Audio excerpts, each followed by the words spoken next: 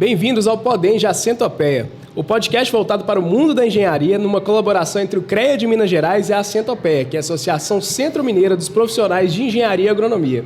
Eu sou Heitor Costa e hoje eu estou aqui com o Eduardo. Eduardo vai falar para a gente aí de um assunto muito em alta hoje na engenharia, né, Eduardo? Extremamente necessário e que às vezes as pessoas menosprezam um pouquinho, quer deixar de fazer, mas depois lá na frente pode arrepender, né? Exatamente. Se apresenta aí, Eduardo, para nós. Meu nome é Eduardo Lopes, engenheiro de segurança do trabalho, e atuamos aqui na região de Curvelo há mais de 20 anos na área de segurança do trabalho. Eduardo, vamos lá. Você hoje veio aqui falar especificamente sobre o projeto de segurança contra incêndio e pânico, não foi isso? Correto. Aí, eu gostaria de saber, cara, de início assim, né? O que de fato é um projeto de segurança contra incêndio e pânico, né? Porque o pessoal tem aquela ideia ali, mas não sabe exatamente o que é, para que serve. Dá uma explanação geral para nós, por favor. O projeto contra incêndio e pânico, ele é elaborado para mitigar, né, uma possível ação do fogo de pânico em uma edificação. Ele é composto por documentos, né, e projetos arquitetônicos com os meios preventivos projetados nesses projetos, que após, dependendo do tipo do projeto, ele é analisado pelo Corpo Bombeiro, sendo aprovado, executado pelo dono da edificação ou responsável pelo uso, e após essa vistoria do Corpo Bombeiro, é liberado, emitido, né, o auto de vistoria do Corpo Bombeiro. Em algumas situações, dependendo do porte, né, assim como nós vamos falar mais adiante. Não, show de bola. E qual que é a importância de um projeto assim bem feito, bem executado ali, para a pessoa que está contratando aquele projeto, fazendo aquele projeto, né? O que a pessoa pode ter ali de benefício com isso? O principal é a segurança, né, das pessoas que estão dentro daquela edificação e bem como o seu patrimônio, porque o projeto bem feito, bem executado, vai ajudar num princípio de incêndio, o combate àquele princípio de incêndio, o seu patrimônio vai ser resguardado também, né? Em caso de pânico, um projeto bem elaborado, né, vai salvar vidas, né, principalmente as vidas das pessoas que estão naquele ambiente, pensando aí em uma boate, em uma escola, uma creche. É toda edificação que precisa de um projeto de incêndio e pânico? Do projeto em si, não, né? De acordo com os níveis, né? Tem edificação com risco nível 1, nível 2 e nível 3, né? As nível 1, onde a área é até 200 metros quadrados, ela não precisa do projeto, ela consegue a dispensa. Porém, os meios preventivos ela tem que colocar ali naquela edificação. Mesmo que não haja o projeto, tem que colocar ali um extintor de incêndio, uma placa de sinalização orientando a rota de fuga daquela edificação, a iluminação de emergência, principalmente se é uma edificação que tem atividades noturnas, né, para auxiliar ali no salvamento das pessoas dentro daquela edificação. Então, as áreas de nível 2 já precisa de projeto e nível 3 também. Tá. Ô, Eduardo, você falou um ponto interessante, né? Então, o cara que tem ali o seu comércio até 200 metros quadrados, ele não precisa, às vezes, necessariamente, dependendo do que ele vai mexer, Exato, né, de um projeto de segurança contra incêndio e pânico. Porém, ele precisa ter os meios lá, né? Ele precisa garantir que aquele ambiente dele é seguro e né, consegue atender ali caso haja algum incêndio, né, alguma situação de pânico ali. Então, assim, apesar de não ser obrigatório para esses casos, ele tem que colocar os meios ali para poder atender caso seja necessário, né? Correto. E dependendo do nível 1 que ela se enquadrar, às vezes a pessoa fala, a minha edificação tem 100 metros, 150 metros, mas dependendo do seu KNAI e a atividade que é executada, ela vai ter que ter um projeto, vai passar por análise, dependendo, ou simplesmente a execução do projeto e a vistoria do Corpo Bombeiro. Não necessariamente é uma dispensa até 200 metros. Né? Tem São algumas casos exceções, específicos, né? E quais que são as principais normas brasileiras que regem, né, os projetos de segurança contra incêndio e pânico? Principalmente as ITs do Corpo Bombeiro, as portarias circulares, os decretos, né, do Corpo Bombeiro de Minas Gerais, lembrando que cada estado tem a sua normativa, né, as suas ITs, a legislação específica do Corpo Bombeiro de cada estado, elas são similares, mas há algumas diferenças. Então, se você está fazendo um projeto em Minas, tem que seguir o Corpo Bombeiro de Minas. Se é de São Paulo, por exemplo, você tem que seguir a normativa do Corpo Bombeiro de São Paulo. Cada estado ali com sua particularidade, né? Exatamente. E tem as NBRs também, que inclusive são muito referenciadas dentro das próprias ITs. As NBRs, né, as normas brasileiras, feitas pela BNT, que também devem ser seguidas aí na elaboração. Eduardo, quais são os principais componentes ali de um bom projeto de segurança contra incêndio e pânico, né? Como é que... O que de principal que eu tenho que colocar ali naquela edificação para poder atender essa necessidade aí do projeto? Isso vai depender de cada tipo de ocupação, tamanho, risco, né? E o básico, né, de um projeto, o mais simples, ele vai ter extintor, iluminação, placa, esse é o básico, né? Aí, dependendo da complexidade do projeto, aí vai ter hidrantes, alarme de incêndio, detector de fumaça, sprint, porta corta-fogo, parede resistente a fogo, escada protegida. Isso vai depender de cada projeto, mas o básico, o mínimo é esse: extintor, placa e iluminação. Em casos também tem a brigada de incêndio, que também é uma equipe daquela edificação que tem que ser treinada. Então, compõe também os meios preventivos de um projeto. Sim. Você falou muito aí a respeito de cada edificação ter sua necessidade particular, né? De demanda ali, realmente, de acordo com o tipo de comércio que é realizado ali, né? Quantidade de pessoas que vão transitar ali naquele local. Mas como que, de fato, se define a carga de incêndio de uma edificação, né? Então, o cara tem lá seu negócio, tem um galpão de 1.000 metros e o outro tem um galpão ali pequeno, só que o galpão de 1.000 metros o cara não deixa nada lá, é só um galpão aberto, e o outro galpãozinho pequenininho é o depósito de gás. Isso tudo varia, né? Exatamente.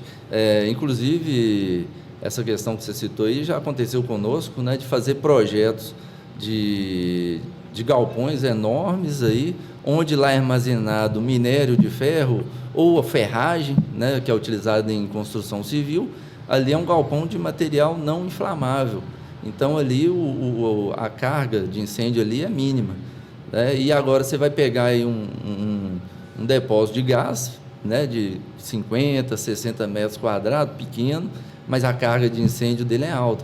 Então, você tem que seguir ali a IT-09 do Corpo Bombeiro, onde, de acordo com os materiais que estão ali, com a sua inflamabilidade, né, o seu potencial calorífico, tanto do material que é armazenado, da parede, do piso, do teto, que também interfere. Às vezes o galpão seu tem um forro de PVC, isso daí vai interferir Sim. nessa capacidade, né, calorífica ali, para definir esse item aí que você perguntou, é a IT-09, e esses materiais vão interferir.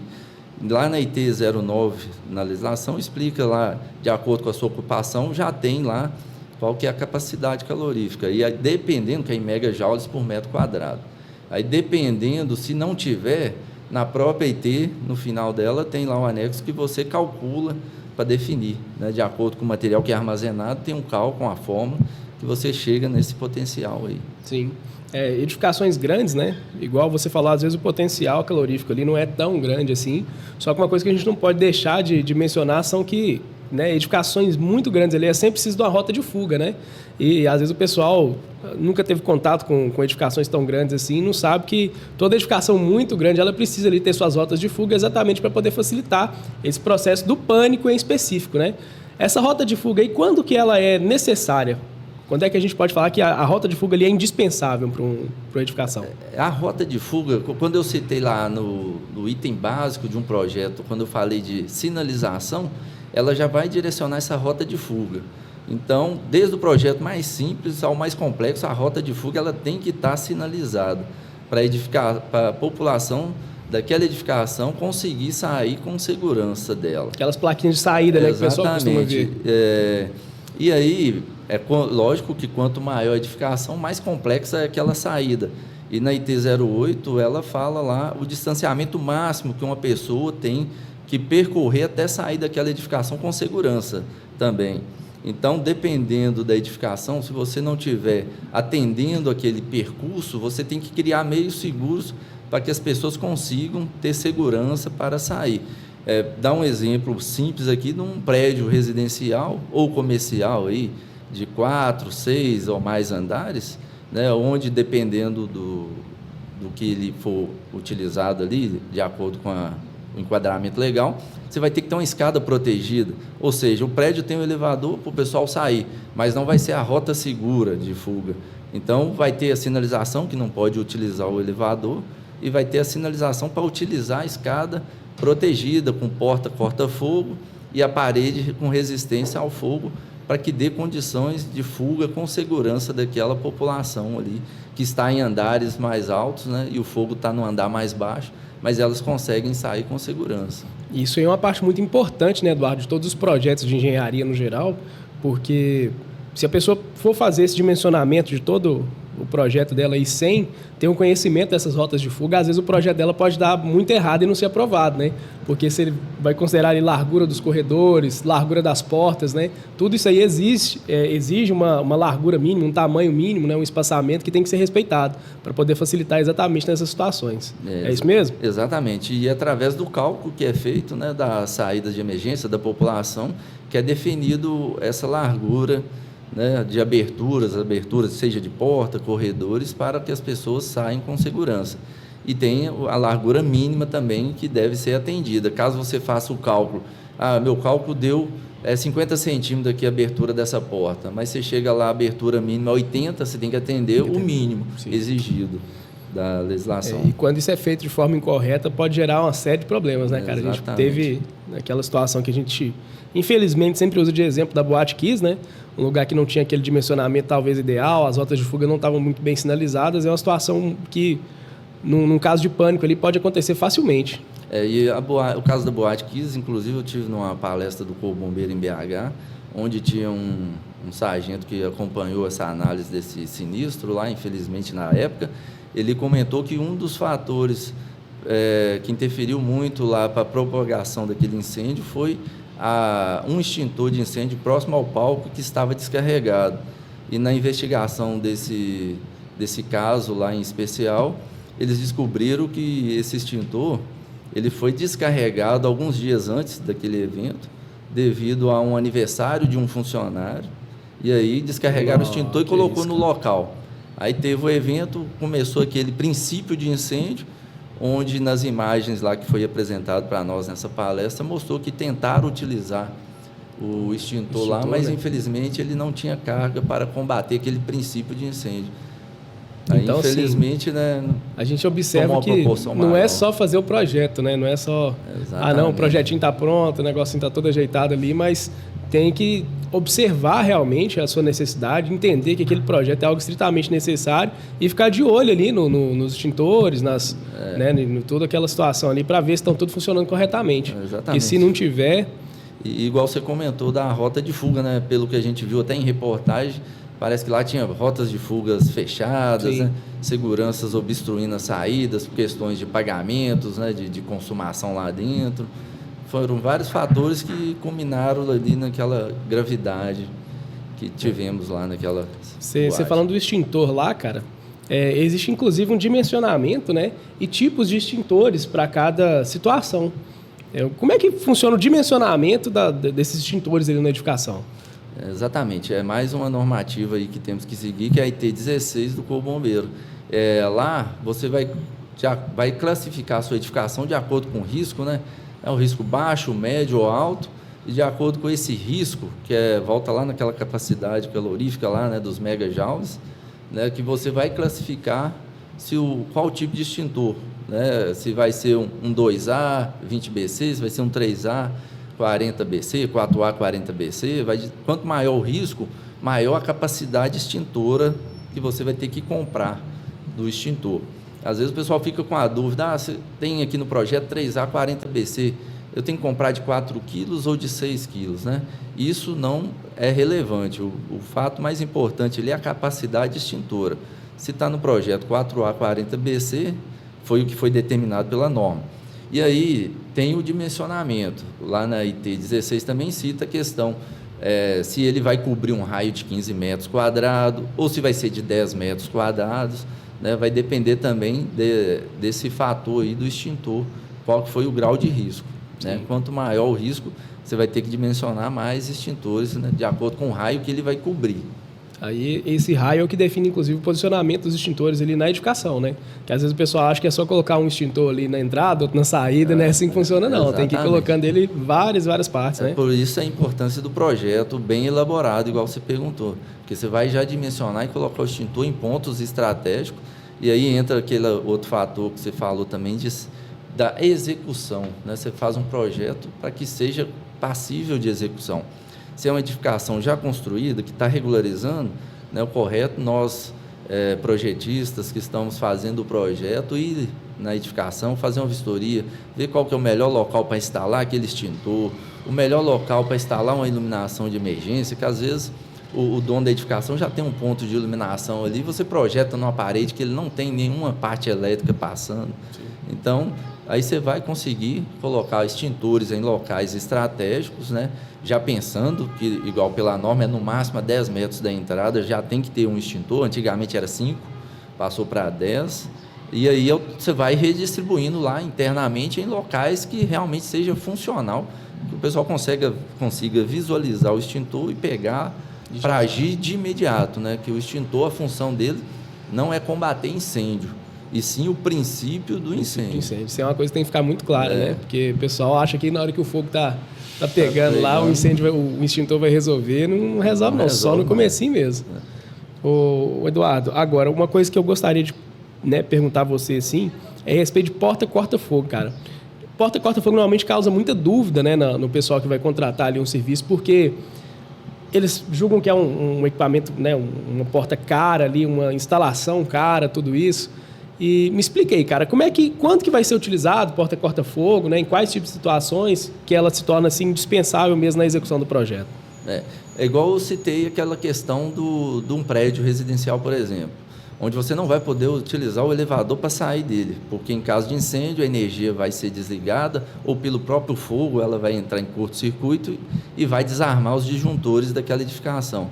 Então, qual vai ser a rota de fuga? A escada protegida. E para essa escada seja protegida, ela tem que ter portas corta-fogo em todos os pavimentos do prédio. Então, essa porta corta-fogo, a função dela é o quê? Que você consiga entrar em um ambiente onde ele vai estar mais seguro, né? Ela vai isolar aquela escada, no caso nosso aqui, aquela escada. Automaticamente, se está tendo fogo, igual eu citei, você está lá no 7º andar e o fogo está no 5º, você vai conseguir passar pelo 5º andar com segurança, porque a porta corta-fogo do 5º andar não vai deixar que o fogo adentre para a escada, né, e que fumaça, gases entre ali naquele ambiente da escada. E tem a normativa lá, ela cita a questão que a porta ela abre para dentro da escada, em todos os pavimentos, exceto o último, o pavimento térreo lá. Aí ela tem que abrir no sentido para fora, porque ali a porta Sim. Tem que abrir no sentido da rota de fuga aí, a corta-fogo. Então, a importância dela é essa, conseguir retardar um pouco, né? É lógico que ela não vai ficar ali dias, né, muitas horas, na verdade, segurando aquela alta temperatura, o fogo e a fumaça. Então, ela vai ter uma resistência ali, seja de 60 minutos, 90, 120 minutos, mas é de acordo com o projeto que vai estar determinado lá, você vai colocar aquela resistência na porta e nas paredes automaticamente, né, resistentes, e que vai dar um tempo hábil para aquela população daquela edificação saia com segurança, né, já num fogo já alastrado, Sim. que não tem muito recurso de fuga, então é o local seguro onde tem essa porta corta-fogo aí. Bom você ter mencionado as escadas protegidas, né, cara? Por que não é recomendado a pessoa utilizar o elevador na edificação quando está acontecendo um incêndio ali? Igual eu citei, pode fechar um curto-circuito, o elevador é eletricidade, né? Desligou a energia, ele vai parar. Então a pessoa está descendo do elevador, aí o elevador desliga, ele vai ficar preso dentro tipo de um micro-ondas, né? Porque o calor vai aquecendo e lá dentro não tem como sair, a ventilação já é reduzida dentro do elevador. Infelizmente já teve, né, várias ocorrências em edifícios aqui do Brasil e do mundo, né, onde pessoas em pânico entraram em elevador e infelizmente vieram a óbitos lá porque entraram em um local confinado que não teve como sair. ficou desenergizado, não abre a porta, ele não vai para mais andar nenhum, né? Ele para onde ele estava ali. E fogo, né? Incêndio, no geral, ele é muito imprevisível, né, cara? E costuma ser muito carrasco também. Às vezes a pessoa acha que o incêndio começou ali fraquinho, que ele vai demorar, e não é assim, não. O negócio escala numa velocidade, numa proporção absurda. Teve, igual você falou, já teve casos assim, até com o próprio bombeiro aqui em Minas já aconteceu.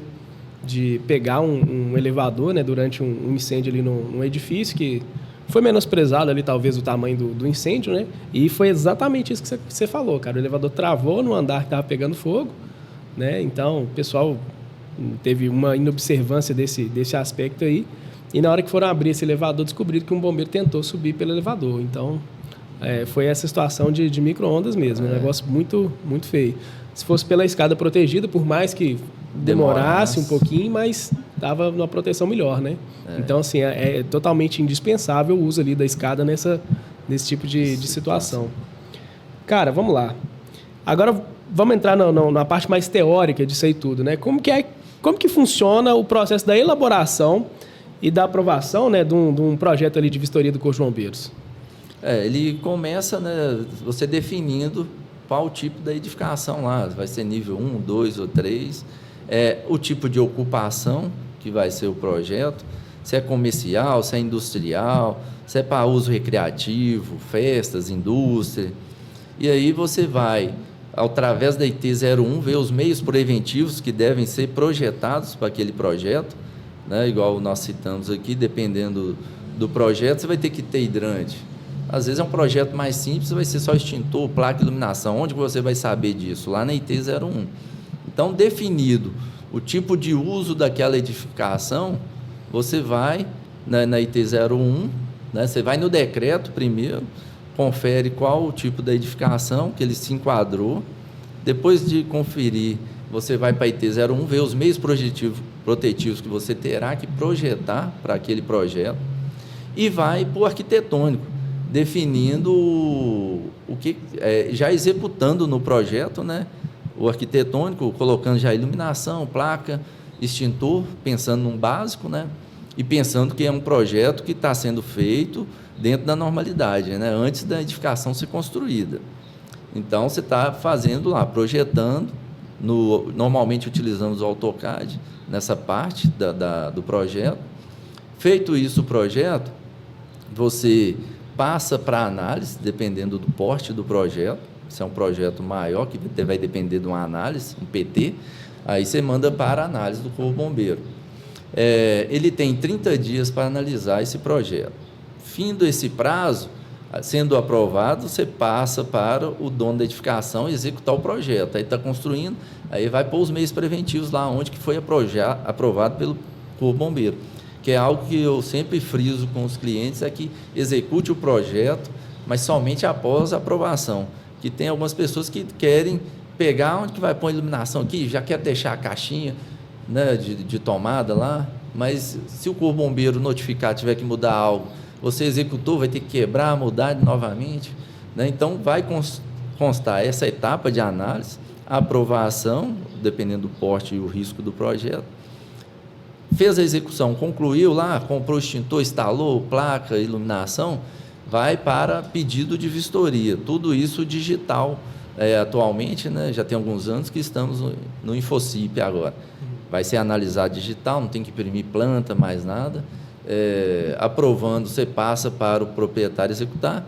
Executou, você vai pedir a vistoria também pelo Infocip. Vai gerar a taxa de vistoria.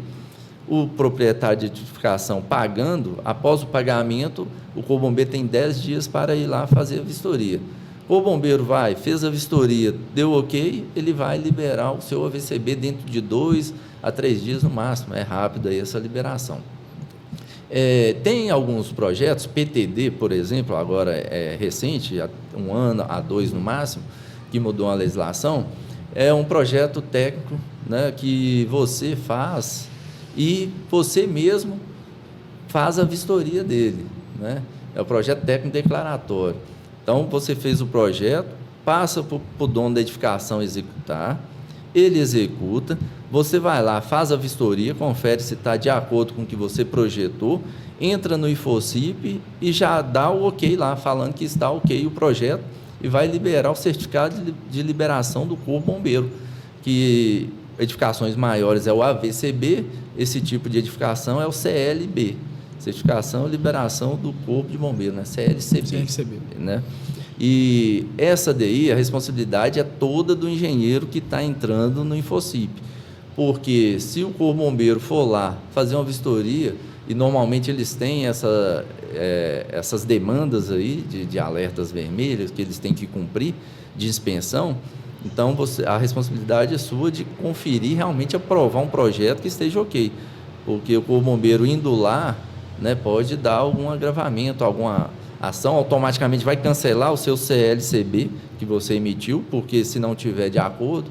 Então eu já recomendo os profissionais que quando vocês forem fazer um PTD, que vai lá, tire foto, faça um relatório de vistoria sua, anexa lá no Infocip quando for entrar com o projeto, né, para evidenciar que quando você fez a vistoria, que você liberou, estava tudo ok, né? Você falou aí dos engenheiros, né?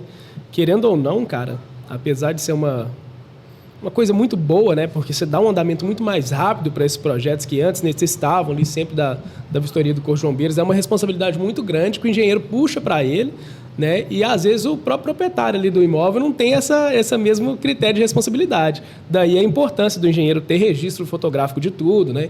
De anexar tudo no Infocip para um resguardo pessoal dele ali, né? Exatamente. Além desse fato, cara, quais são outros problemas assim que os engenheiros enfrentam, né? Problemas não, mas dificuldades assim no geral que engenheiros enfrentam ali na execução e implementação de projetos do tipo aí? Às vezes o pessoal, quando você vai fazer um projeto, eles querem que você faça algo que não vai ser aprovado. Infelizmente acontece esse tipo de situação, né? Querendo sair fora do hidrante, que onera a execução, né? E não tem meios, né, para você fazer aquilo legalmente. Então, às vezes o pessoal quer algo que legalmente não é aplicável, não é viável. A gente encontra esse tipo de dificuldade. Às vezes acontece da pessoa querer que uma parte da edificação não seja computada, mas ela tem acesso à sua edificação também. Então, não tem como. O pessoal, às vezes, tem, né, alguns tipos de cliente que tentem burlar a norma, né, que quer que você fique só entrando com o projeto não vai ser executado, né, só fica naquela análise. Então, a gente encontra esse tipo de dificuldades aí. Às vezes, também, a dificuldade de uma edificação já construída, até nova, que tem alguns clientes que eles constroem e depois que a gente vai fazer o projeto, eles contratam. Nossa. Então, às vezes, a escada, por exemplo, já peguei esse tipo de situação, em que uma escada protegida não atendia a altura mínima, né, de 1,80 m, do degrau para o teto ali daquela escada. Então, aí você tem que fazer um projeto por meios alternativos, porque a escada já está construída, não tem como quebrar aquela escada, estruturalmente falando. E aí vai para a análise lá da DAT em BH, para poder liberar, né, ver se vai liberar. Então, você tem que dar mais trabalho. 7 transtornos ali, né, cara? Exatamente. Naquele... Complicado demais, tá doido. E a gente já deparou, né? Nós já deparamos com situações de treinamento de brigada. Às vezes o pessoal quer só um certificado, não quer ser treinado. Então, é um tipo de trabalho que nós não fazemos, né? Então, se tem que ter o treinamento, nós fazemos o treinamento ali. Então, tem esse tipo de dificuldades aí no meio aí. Cara, e depois assim, ó, o cara, dono da edificação, tá lá com a VCB dele aprovado, deu tudo certinho, tudo bacana. A responsabilidade dele acaba aí ou ele tem que fazer, às vezes, ali uma manutenção, revisões periódicas? O que ele precisa fazer no passar do tempo aí? Até aquele exemplo que eu dei do extintor lá, que foi da Boate Kiss, infelizmente, né? Então, tem essa manutenção que tem que ser dada, a expensão dos meios preventivos, tem que ser o extintor, a cada ano tem que dar a manutenção dele. Hidrantes, mangueiras de hidrante, tem que fazer o teste, né, anual também. Tem que fazer o simulado da brigada, quem tem brigada. Não é treinar a brigada e daqui 5 anos, quando for renovar o AVCB, agora eu vou treinar. Não, ela a cada 2 anos também tem que estar fazendo a reciclagem com a brigada, o treinamento de reciclagem e o simulado também, periodicamente, tem que estar fazendo. As iluminações de emergência, elas vão estragando, né, com o tempo. A norma orienta 1 vez por mês você pôr ela para funcionar, né, para aumentar a vida útil daquela iluminação. Infelizmente, a maioria não faz. E ela vai queimando com o tempo os LED, não vai funcionando. E, às vezes, a maioria das pessoas deixam somente para quando for renovar o projeto. Né? Já deparamos com o caso de extintor ficar também lá vencido até quando for renovar o projeto. Então, tudo isso tem a sua manutenção. Você não pode fazer somente quando for vencer aquele documento, né? Ele tem que estar com manutenção em dia para que, em caso que você precise, ele esteja funcionando. E de quanto em quanto tempo que é feita essa revisão do projeto? Legalmente, agora está há 5 anos. Né? Teve uma época aí que tinha 3 anos para ir para locais de festa, né? Agora passou para 5 anos a renovação do AVCB. A cada 5 anos tem que estar renovando. Fazer a renovação. Se caso teve alguma alteração na edificação, você tem que entrar com a atualização do projeto antes da renovação, que é outro caso que às vezes acontece. O pessoal muda ali, constrói uma parede, muda o tipo de uso da edificação e vai ficando com uma VCB ali que não está condizente com a realidade. Aí também é um outro caso que deve ser atualizado antes, né? Já vai atualizar o projeto para poder regularizar aquela mudança que teve. Sim, e você falou aí que a renovação do projeto ela normalmente é feita com 5 anos, né? Mas qual que seria ali a vida útil ali de um extintor de incêndio, por exemplo? Que o cara, igual você falou, é muito comum da pessoa deixar aquele extintor até que ele precise renovar o AVCB, né? Quanto tempo que é a validade do extintor, mais ou menos? Não, a manutenção dele, todo ano você tem que levar na empresa que dá a manutenção no extintor. Tem a etiqueta nele já, anual. E tem o teste hidrostático, que é feito a cada 5 anos também. Lá tem a etiqueta do extintor, que é simples do pessoal observar. E agora, exceto essa identificação, é importante olhar o manômetro, se ele está no verde. Ele não pode estar no vermelho, que também está errado, ou está sem pressão, ou está com super pressão ali dentro daquele extintor, tem que levar para dar manutenção. Se o lacre foi rompido, você tem que levar ele também para dar manutenção, indiferente se a validade dele está boa. Então, tem fatores que você tem que estar observando para não ser pego de surpresa numa eventual necessidade de utilizar esses meios preventivos. Muita gente confunde a validade do extintor com o teste hidrostático, né? O teste hidrostático ele precisa ser feito ali a cada 5 anos, mas você precisa da manutenção anual ali no extintor para você não correr risco nenhum, né? Não correr nenhum tipo de problema. E falando de problema, né? Na pauta nós sugeria falar sobre algum caso, né? Que um sistema de incêndio ali foi mal feito, mal projetado e causou uma série de transtornos. A gente já comentou, por exemplo, o caso da Boate Kiss, né, que aconteceu lá, que apesar de ter um sisteminha ali, mas o sistema não estava funcionando da forma devida, né? Então, eles fizeram alguma coisa ali, mas não estava funcionando como deveria. Você conhece mais algum caso, principalmente aqui em Minas Gerais, que a falta ou a má execução de um projeto de segurança contra incêndio e pânico ocasionou problemas assim? Teve, infelizmente, com gravidades, né? Várias fatalidades, que foi a creche, né, aqui em Minas Gerais, se não me engano foi Janaúba. Né? E lá, depois desse ocorrido naquela creche, a legislação do Corpo Bombeiro ficou mais rigorosa para creches, né, de educação infantil. Então, eu tenho feito alguns projetos para escolas aí, e a gente vê que melhorou muito a questão de proteção ali para as crianças, né? A norma tá bem mais rigorosa, com os meios preventivos, a análise, os analistas estão cobrando mais aí segurança em creches, escolas. Que infelizmente ocorreu aquele atentado, né? Que não foi bem um acidente natural, né? Mas foi um atentado ali que agravou mais devido a não ter meios preventivos de incêndio ali. Né, se tivesse extintores, algo né, para poder apagar um princípio de incêndio ali, controlar mais a situação, talvez não teria tomado proporções tão maiores como foi esse caso. O que eu lembrei aqui. Eles sempre costumam revisitar a norma quando acontecem esses fatos mais trágicos, né? Aqui em Minas, por exemplo, um caso que compensa citar, né, nesses casos assim, foi o Canecão Mineiro. É um caso mais antigo, já tem mais tempo que aconteceu, mas após o Canecão Mineiro eles conseguiram identificar várias falhas ali que o projeto tinha estruturalmente falando, que caso tivesse um bom projeto de segurança contra incêndio e pânico nas normas atuais, por exemplo, dificilmente teria acontecido da forma que foi, né, a tragédia que foi. Então, assim, a tragédia acontece, o pessoal visualiza a necessidade, depois a necessidade aplica. Só que, às vezes, as pessoas elas subestimam muito a capacidade da tragédia, né? E, igual você falou, que o cara sempre quer dar um jeito de fazer alguma coisa diferente no projeto para gastar menos, só que na hora que acontece o sinistro, aí bate o arrependimento, né? Que aí vai na questão que você falou da dificuldade da execução ali dos engenheiros, né? Do engenheiro conseguir mostrar para o proprietário, para a pessoa que está executando aquela obra, que está fazendo aquela obra, a necessidade real desse projeto de segurança contra incêndio de pânico bem feito e bem realizado. Né? Ninguém está ali para prejudicar ninguém, é só para conseguir fazer o negócio fluir da melhor forma possível. E agora, você consegue citar algum caso que foi o oposto, que um projeto muito bem feito ali deu uma segurança legal ali para o pessoal, conseguiu evitar um sinistro maior? Você tem algum caso em mente nesse sentido assim? Que eu lembre aqui, de imediato, não. Não? Pensar aqui. Caso não. Pensar aqui que... Aqui em Curvelo eu não lembro, não, que funciona. Teve, né, que usar... Mas aqui em Minas...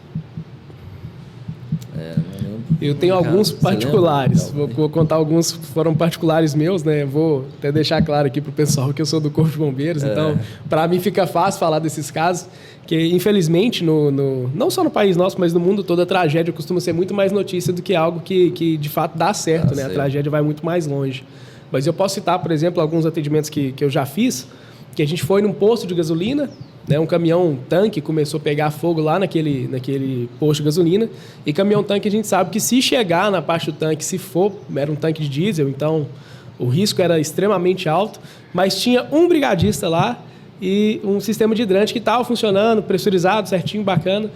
Esse um brigadista que estava lá resolveu a situação.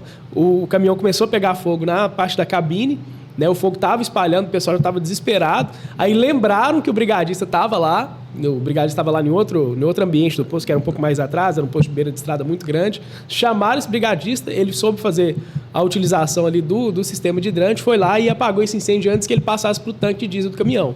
Então a cabine do caminhão, infelizmente, não teve como salvar, mas o caminhão ali ficou totalmente protegido, né? Não teve danos maiores que poderiam realmente escalar de uma forma muito, muito grande, né? Proporção. Você falando aí, você me lembrou de um caso que teve recente aqui em Curvelo, de uma Kombi que pegou fogo em um posto de gasolina. Realmente, muito recente, né? E o pessoal deslocou ela para um ambiente mais seguro para que não gerasse danos ali no posto de gasolina, né? Eu já tive, agiu rapidamente. Agiu muito rápido, né? E eu já tive casos também de amigos próximos, por exemplo, que a gente até conversou a respeito disso, mas que utilizaram a escada protegida para poder fazer a evacuação de um edifício. O edifício é até pequeno, mas eles conseguiram evacuar o pessoal ali daquele edifício pela escada protegida. Ninguém teve dano nenhum no edifício e eles conseguiram chegar até o foco do incêndio, combater aquele foco do incêndio passando pela escada protegida, né? Então, o incêndio ele se ateve ao andar que ele começou a acontecer. O pessoal fechou tudo ali, conseguiu, né, isolar bastante o fogo, o pessoal subiu, tirou as pessoas já subindo com equipamento para poder realizar o combate. O equipamento foi bem feito. E vou colocar aqui agora como bombeiro, para nós, um sistema de hidrante, por exemplo, ele bem executado, ele é muito, muito funcional, né? E ele tira da gente um peso muito, muito grande, cara. Porque, né, principalmente em edificações, né, prédios, você tem como pressurizar um pouco mais aquele sistema lá do primeiro andar, lá de baixo, lá do térreo. Recalque lá. Você pressuriza ele embaixo e você, como bombeiro, você precisa subir, às vezes, lá em cima com um lance de mangueira e um jato.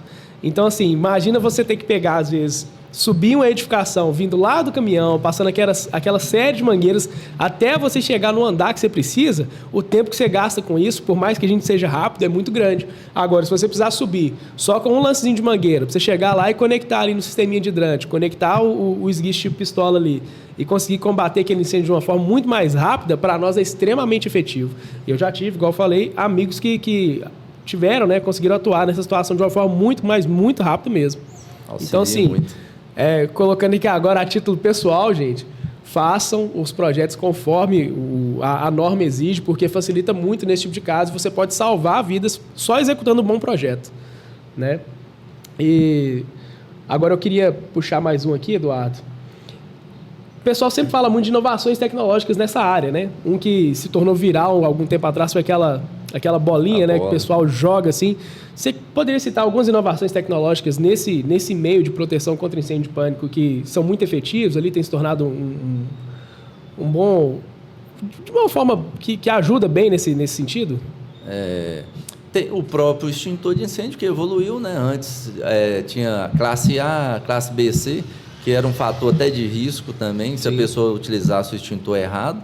Então, melhorou essa questão de padronizar um extintor que combate 3 classes de incêndio, né? Que é o ABC. É uma evolução que foi sensacional.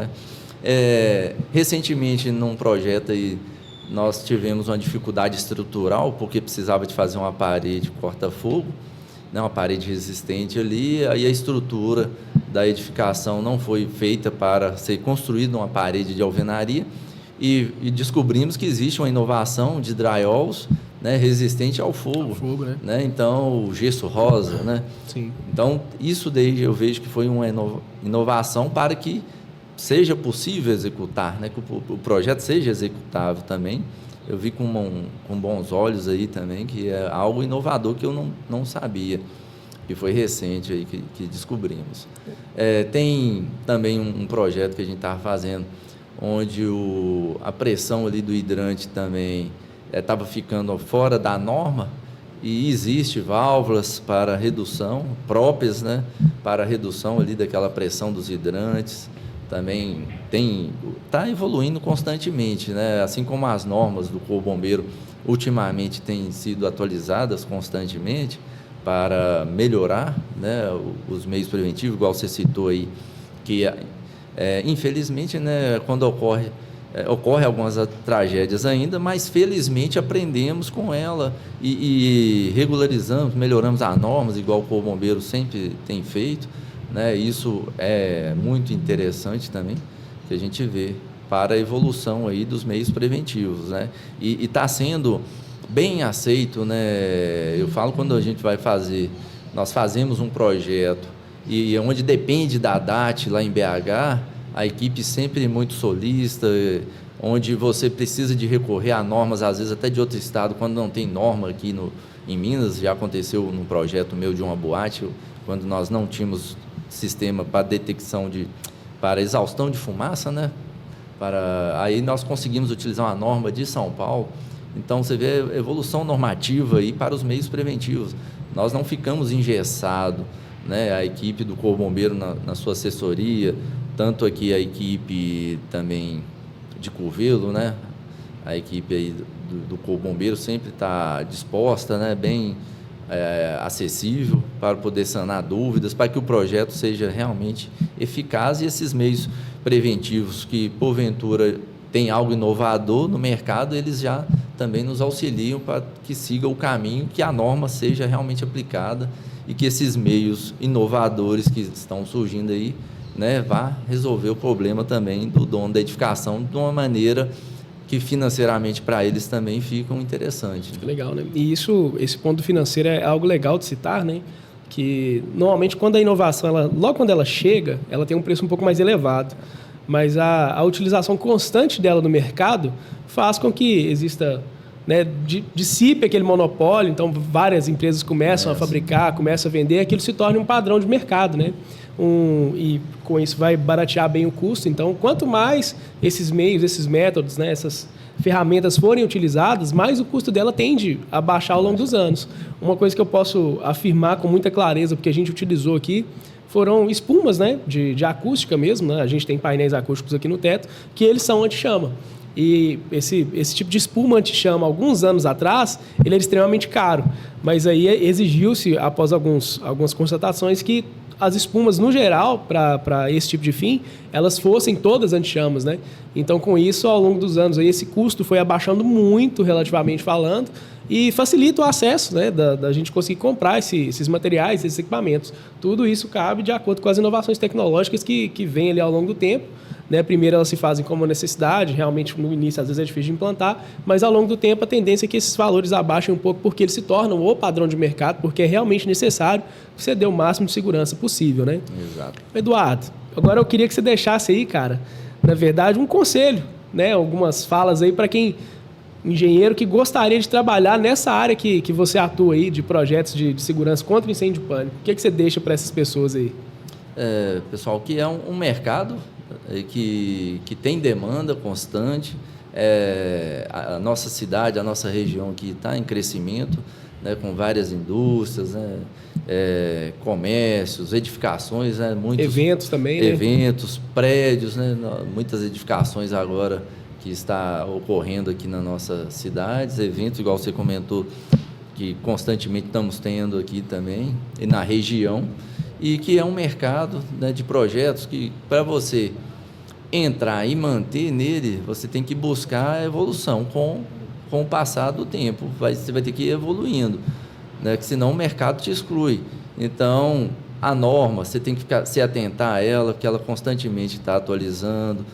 No site do Corpo Bombeiro é de graça o acesso, você tem a informação ali, né? Então, que você busque estar sempre estudando, buscando participar de congressos, feiras que tem pertinente à área, que existem aqui em BH, por exemplo, teve o Construa Minas recente, vai ter a Fire Show agora em São Paulo, né, nesse mês agora de outubro. Então, que você participe dessas feiras, busque as inovações, né, como dito aqui, que existem no mercado, para você oferecer o melhor trabalho, o melhor projeto, que você atenda os prazos que o seu cliente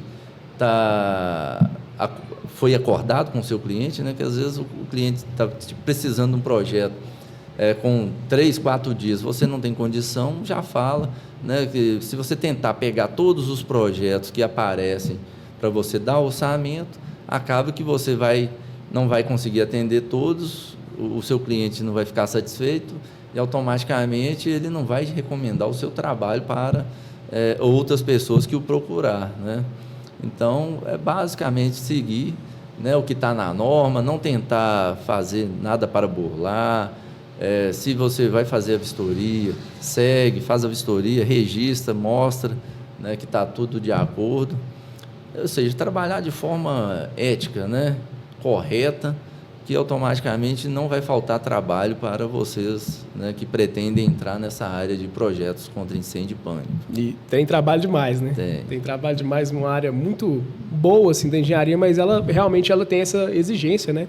O pessoal sempre se atentar às mudanças de normas, a norma está sempre mudando, de conseguir entregar o prazo ali para os seus clientes, né? Porque não depende só do engenheiro, o cliente tem que entender que depende do engenheiro, depende do Corpo de Bombeiros, né? Tudo isso envolve essa área que é uma área tão promissora aí, né? Tão boa e tão importante da engenharia. Eduardo, vou te agradecer pela participação aqui no podcast, cara. Muito obrigado, parabéns pelo seu trabalho bem feito. A gente vê aqui conversando com você que você é um cara que realmente entende e gosta muito do que faz. Isso, para um profissional de engenharia, eu acho que é a coisa mais importante de todas, né? Vou deixar um abraço aqui para você em nome do Centopeia, do CREA. Muito obrigado mesmo pela participação e que a gente se encontre aí mais vezes para falar um pouco mais aprofundado aí, normas técnicas aí desse tipo de projeto. Tem muito assunto aí técnico para aprofundar assunto em cada norma. Não, beleza. Eu que agradeço aí o convite, né, da Centopeia, estar participando aí do podcast, né, pelo esse momento de bate-papo aqui, né, mais à vontade. Estamos aí à disposição, precisando, né, show de bola, cara. Muito bom. Ô, pessoal, com isso eu me despeço de vocês, né? Lembrando que esse podcast, o Centopeia, ele só acontece porque é uma colaboração entre o CREA de Minas Gerais e a Centopeia, né? Que é a Associação Centro Mineira dos Profissionais de Engenharia e Agronomia. E deixar um abraço para todos vocês, agradecê-los aí pela participação e pelo assistir aí desse programa. Muito obrigado e até mais.